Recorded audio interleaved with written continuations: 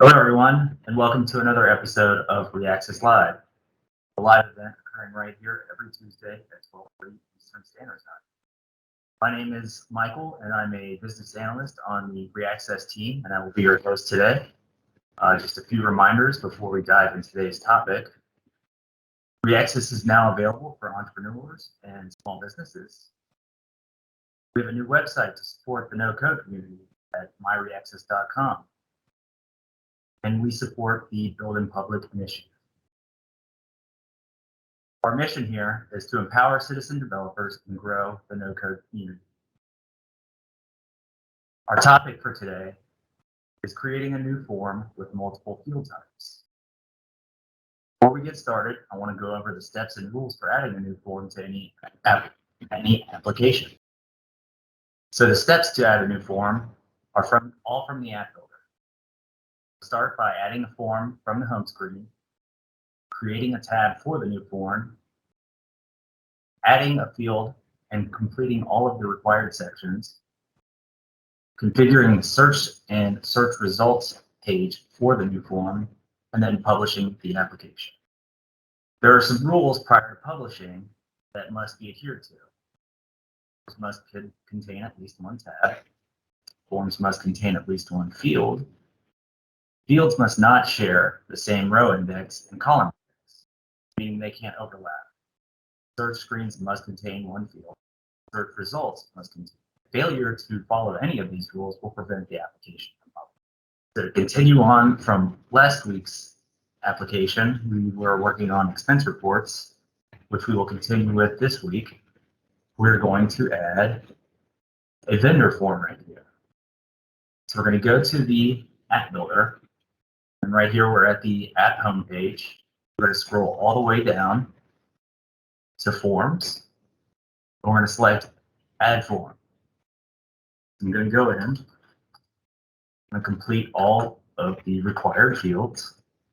And as we move down, import data, that is a function that allows you to import or migrate several records at once. Go ahead and select that to yes. An icon. And let's go ahead and put a great. We'll save. Next, we're going to add a tab. So tabs, add tab. I'm going to hit save. And now we're going to select the fields tab and add field. So the first field we're going to add, call it active, noting whether or not it is an active vendor. All the required sections, say this is required. And we're going to use the Boolean yes or no. And we'll select toggle switch. Now you have the option to set the default value. Set it to yes. So anytime a new record is created from the vendor form, the active toggle switch will automatically default to yes. We're going to come down and select our vendor's details tab that we just created. And then we are going to put this in row 1, column. Data display name. Make sure that we have completed all of the required fields. Row, column, okay. And now we're going to select save. Now I'm going to go back to the navigation pane. Like the vendor's form, scroll down, go to add field. We will call this the vendor ID. Field fields. We'll make this an auto-generated field. Very unique. And we'll make it random. Put it on our vendor's details tab and assign it to a row and column and save. And we're going to add one more field. That field, vendor name is required, and this will be a text box. Put it on the vendor details. We assign this to row 2. The as vendor name. Great. Save. And now we're going to return to the vendor's form. The next step is to configure the search screens. So we're going to go configure search. The setup for the search screen allows you to have multiple rows and multiple columns. So we're going to go ahead and add a column to the right. These are all of the fields that are on the form currently as is. So I'm going to select the active and the vendor name. Now we can preview this to see what it would actually look like within the application. It looks great. So we're going to save.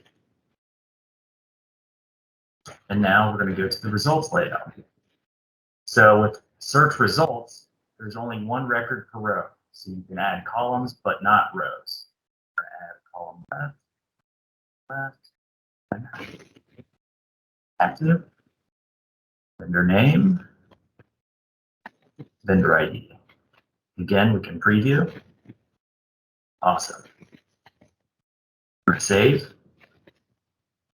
Okay, and before we publish, let's go back to our rules real quick. So we have at least one tab, vendor details. We add at least one field. Fields may not share the same row or column index. They can't be in the same place at the same time. We have at least one field on the search screen, and we have at least one field in the search results. So now going back, if any of these rules are broken, the app builder will throw an error. We're going to publish. Here we go. We've got two fields that are both in row 1, column 1.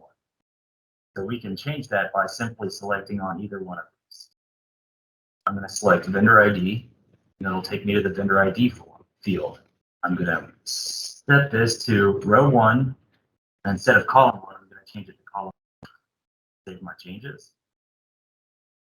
Now we will publish the application. Publish successfully. Now we're going to return to the application, and I'm going to refresh. Here's our new vendors form. Go to our new vendors form. Here's our search screen, active, vendor name. Now there won't be anything in here because we haven't entered a record, but I just want to show you what the like. So here's the header. Active was defaulted to yes. And because vendor ID is an auto-generated field, it will generate an ID upon save. So I'll just create one record to show you what that looks like. And there it is. And that is this week's episode. So before we go, I want to see if anybody has any questions. So later this month, starting next Tuesday, we will be covering creating dynamic lists and relationships. And then the following Tuesday, August 17th, I'll show you how to add an image. Thank you for joining us today, and we hope to see you next week. Hope you have a great rest of your week.